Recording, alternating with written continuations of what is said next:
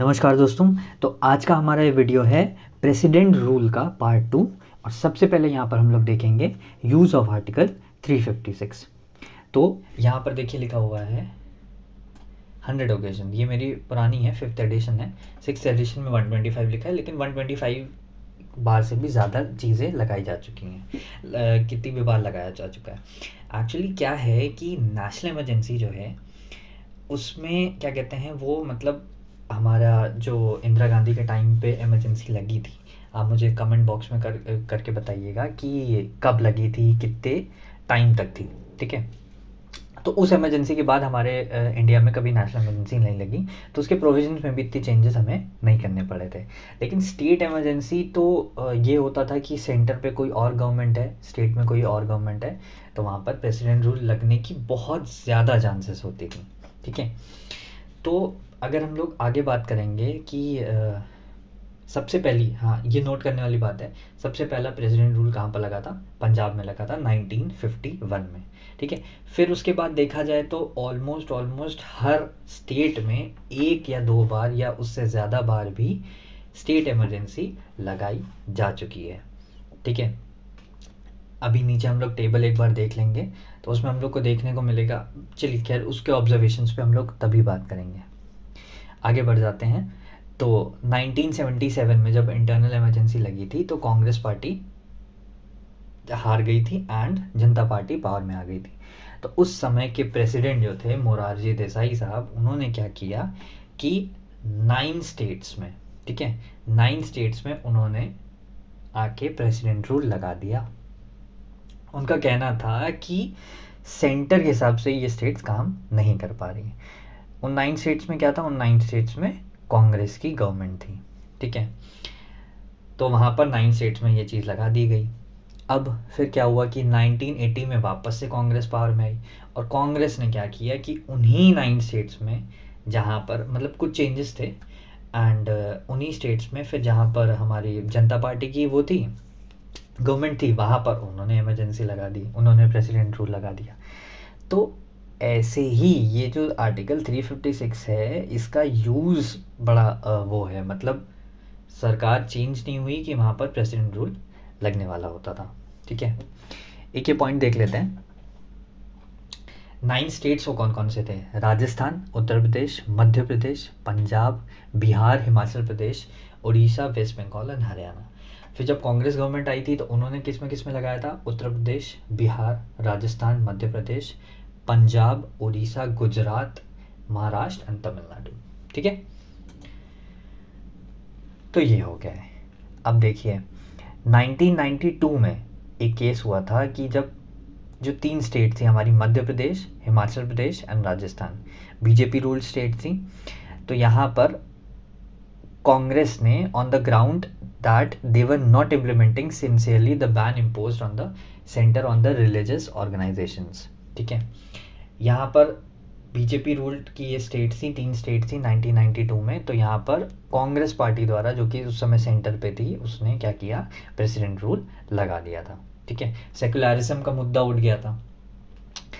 तो फिर उसके बाद भैया लैंडमार्क जजमेंट किसके द्वारा आया? बोमई केस। ठीक है, 1994 का।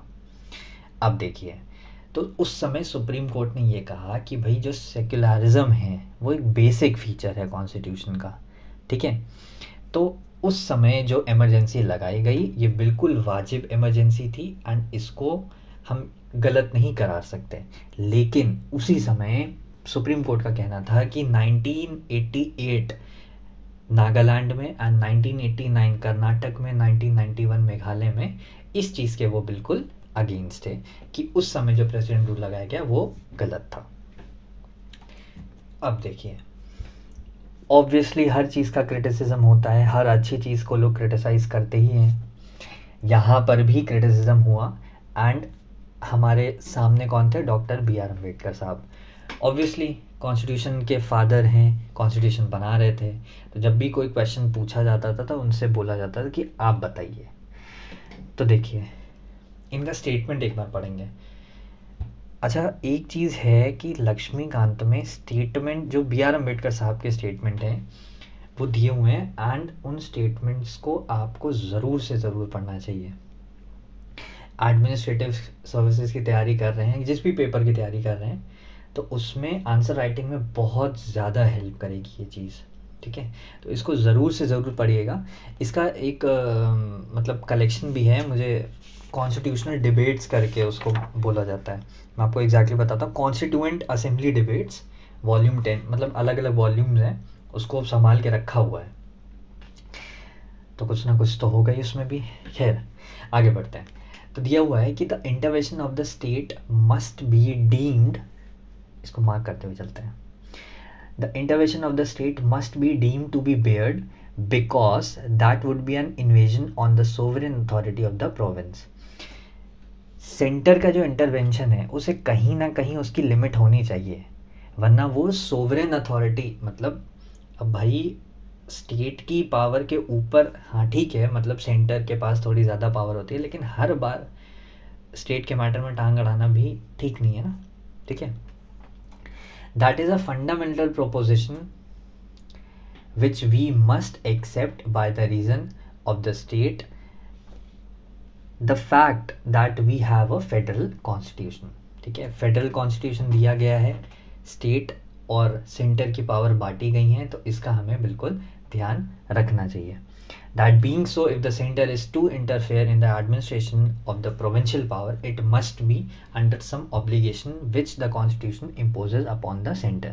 अब भाई अगर वो सेंटर बीच में टांग अड़ा रहा है, या कह सकते हैं बीच में इन्वॉल्व हो रहा है स्टेट में, तो उसमें कुछ ना कुछ ऑब्लिगेशंस होंगे, कोई ना कोई दिक्कत चल रही होगी, और उन चीज़ों के बारे में कॉन्स्टिट्यूशन ने ड्यूटी दे भी रखी है सेंटर को।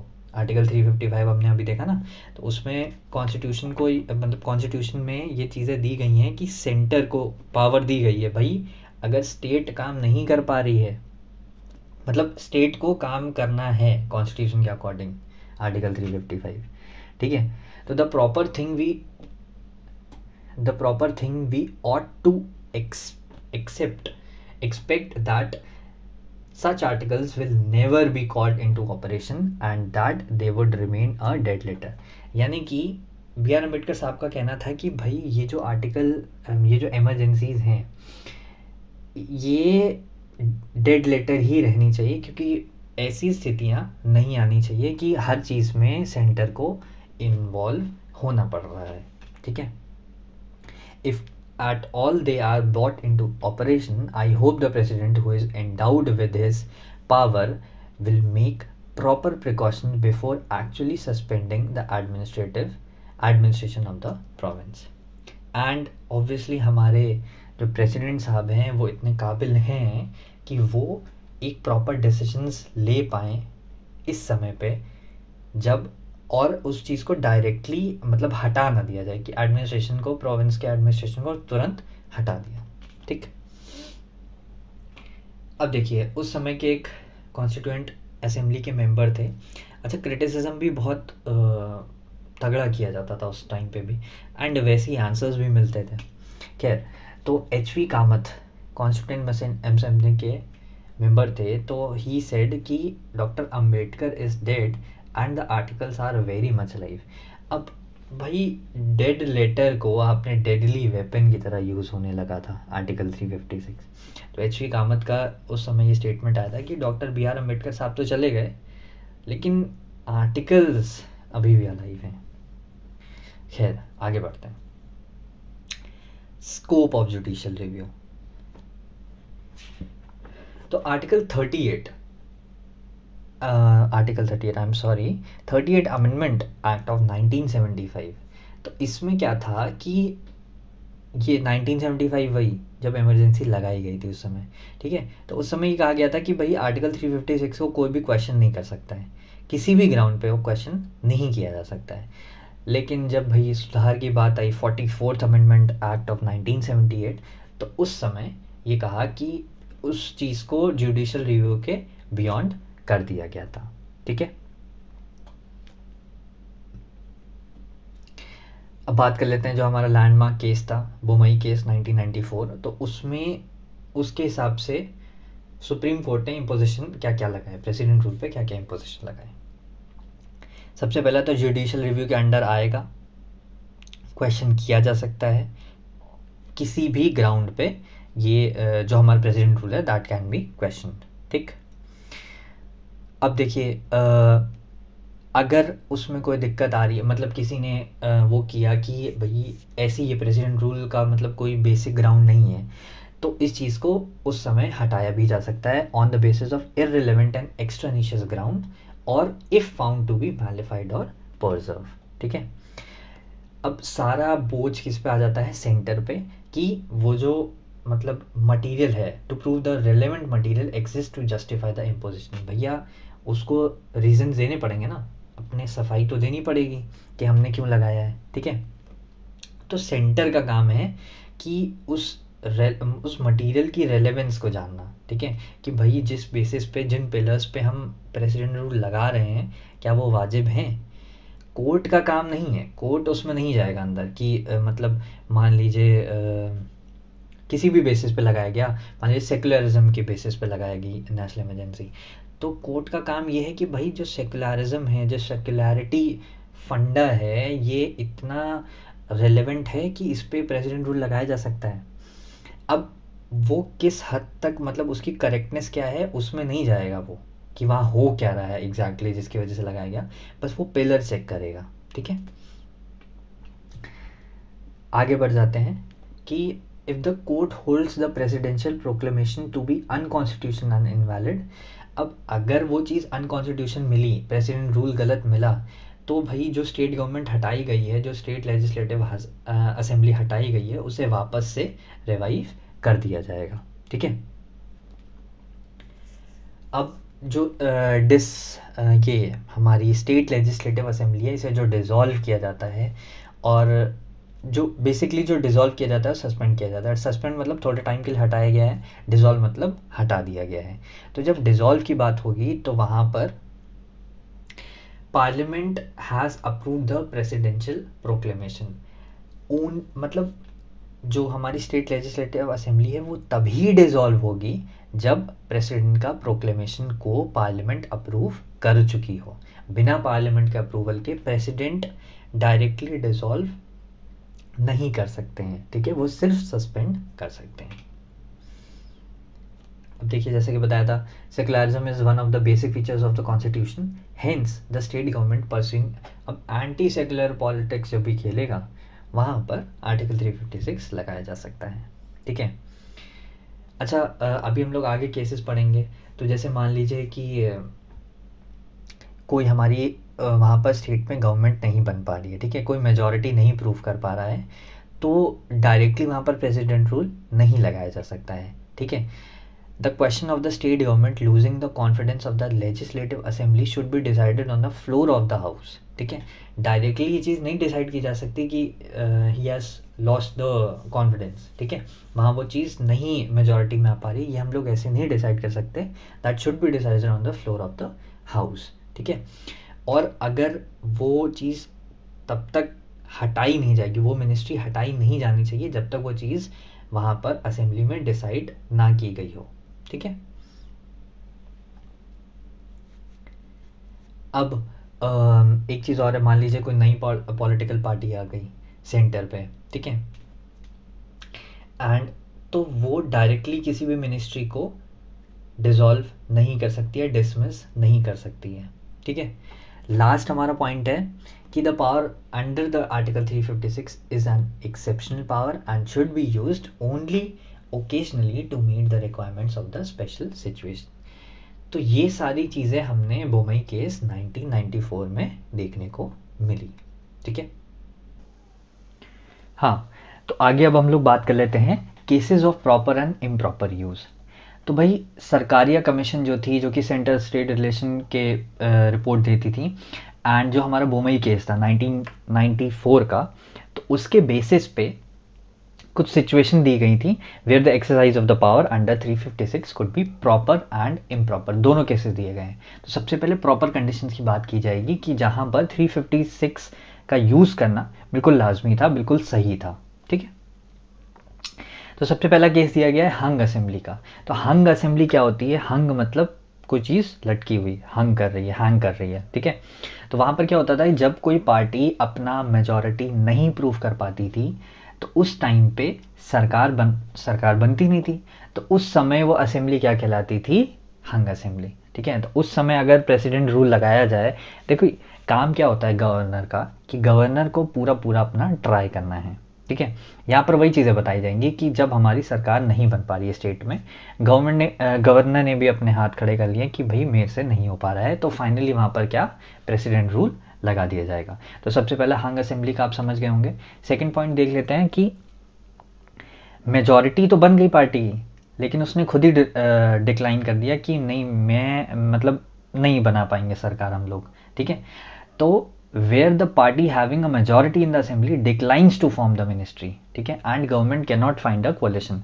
अब भाई जो जिसकी मेजॉरिटी है सरकार की, उसने मना कर दिया कि हम मिनिस्ट्री नहीं बनाएंगे, एंड बाकी जो पार्टीज बची हैं वो नहीं कर पा रही, मेजॉरिटी नहीं प्रूव कर पा रही, तो गवर्नर के पास कोई ऑप्शन ही नहीं बचेगा, तो फिर फाइनली वहाँ पर प्रेसिडेंट रूल ही लगवाया जाएगा। ठीक है, वेयर द तीसरा केस क्या है कि where a ministry resigns after its defeat in the assembly and no other parties. अब कोई मिनिस्ट्री मतलब किसी पार्टी की मिनिस्ट्री ने रिज़ाइन कर दिया कि वो असेंबली में इलेक्शंस हार रही है। बेसिकली यहाँ पर वो सारे पॉइंट्स ले दे के यही कहने का मतलब है, जब स्टेट में सरकार बनाना थोड़ा मुश्किल हो जाता है, तब वहाँ पर प्रेसिडेंट रूल लगाया जाता है। ठीक है, चौथा देख लेते हैं, where a constitutional direction of the central government is disregarded. ये तो वही वाला पॉइंट है जहाँ पर कि भाई सेंटर के अकॉर्डिंग ही आप काम नहीं कर रहे हैं स्टेट गवर्नमेंट। ठीक है, होता क्या है, मान लीजिए कि सेंटर पे हमारा कांग्रेस है, एंड जो कोई भी स्टेट ले लीजिए, राजस्थान कोई भी ले लीजिए, फॉर एग्जांपल राजस्थान ले लीजिए, ठीक है, वहाँ पर हमारी बीजेपी की गवर्नमेंट है। तो से अब ऑब्वियसली गवर्नमेंट अलग अलग हैं, ठीक है, तो आइडियाज़ के क्लैशेस होंगे।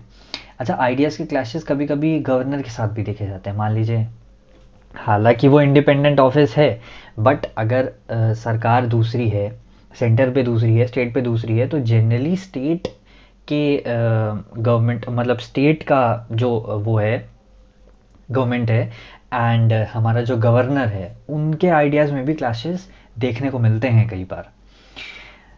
तो जब अगर सेंट्रल गवर्नमेंट के अकॉर्डिंग नहीं चल पा रही है स्टेट गवर्नमेंट, तो वहाँ पर प्रेसिडेंट रूल लगाया जाता है। वो तो हम लोग बात की ही है ऊपर। ठीक है, अब देखिए चौथा पॉइंट देख लेते हैं। चौथा पॉइंट तो हो गया ना, वेयर कॉन्स्टिट्यूशनल डायरेक्शन। हाँ ठीक है, फिफ्थ पॉइंट देख लेते हैं कि internal subversion where for example a government is deliberately acting. भाई कभी कभी थोड़ी वैसी गवर्नमेंट होती है कि भाई जानबूझ के कॉन्स्टिट्यूशन के अकॉर्डिंग, कॉन्स्टिट्यूशन के अगेंस्ट काम करती है, तो अब इस स्थिति में तो प्रेसिडेंट रूल लगाना ही पड़ेगा मेरे ख्याल से। ठीक है, और अगर बात आ जाती है सिक्योरिटी ऑफ द स्टेट की, ठीक है, अगर सिक्योरिटी खतरे में है, दंगे फसाद कुछ ऐसा स्ट्राइक वाइक होने वाला है या हो रहा है, तो उस समय तुरंत के तुरंत प्रेसिडेंट रूल लगा दिया जाता है। अब ये तो प्रॉपर यूजेस हो गए। इम्प्रॉपर यूजेस की बात करेंगे तो सबसे पहला दिया गया है, व्हेन अ मिनिस्ट्री रिजाइंस और is dismissed is dismissed on losing majority support in the assembly, the government recommends imposition of the president rule without probing the possibility of forming। भैया गवर्नर ने क्या किया, मिनिस्ट्री ने resign कर दिया, तो government ने बिना कुछ सोचे समझे, कोई ऑल्टरनेटिव मिनिस्ट्री की पॉसिबिलिटी बिना सोचे समझे, उन्होंने प्रेसिडेंट रूल लगा दिया। ये गलत है।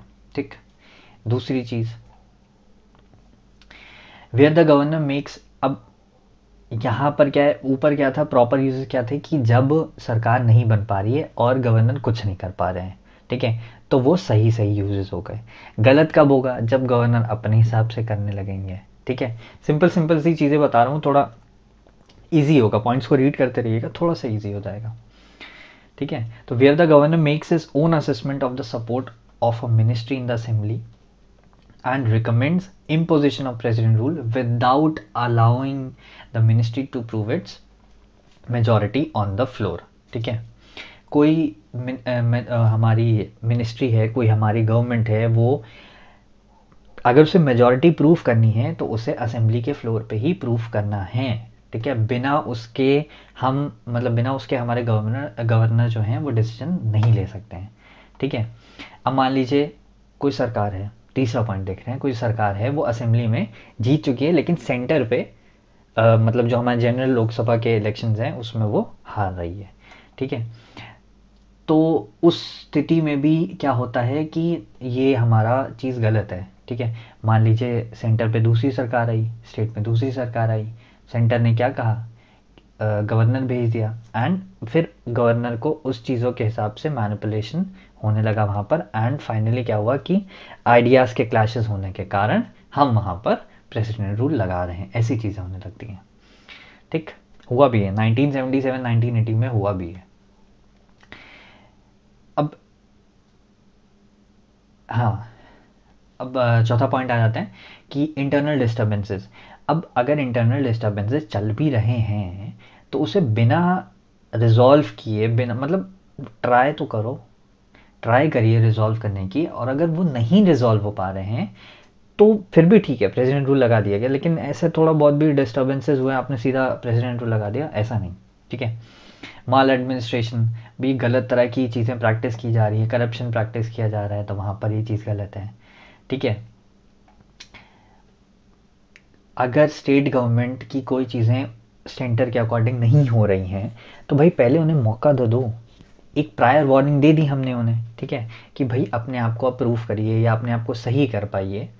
हाँ ठीक है, कोई अर्जेंसी है, कोई बहुत ही बड़ी दिक्कत हो गई है तो ठीक है प्रेसिडेंट रूल लगाया जा सकता है, लेकिन बिना किसी प्रायर वार्निंग के वो चीज़ करना सही नहीं है। ठीक है, तो यही यहाँ पर काफ़ी सारी चीज़ें दी हुई थी जहाँ पर हमने देखा कि आर्टिकल 356 जो है वो काफ़ी तरीके से सही तो यूज़ किया गया है, नहीं किया गया, लेकिन गलत बहुत बार किया गया है। ठीक है, तो फिलहाल इस वीडियो के लिए इतना ही है, एंड मेरे ख्याल से आपको हमारी प्रेसिडेंट रूल और नेशनल इमरजेंसी, ये दोनों चीज़ें अभी तक की क्लियर हो चुकी होंगी। तो इसी तरह की काफ़ी सारी चीज़ें दी गई हैं यहाँ पर, जिससे कि हमें ये पता चलता है कि अब आर्टिकल 356 का यूज़ कितना सही हुआ है ये तो खैर पता नहीं, लेकिन गलत शायद बहुत बार हुआ है। अच्छा, जाते जाते वो टेबल देख जाते हैं हम लोग कि प्रेसिडेंट रूल किन स्टेट्स में कितनी बार कैसे कैसे लगाया गया है, वो टेबल दिख जाती है, ये रही टेबल।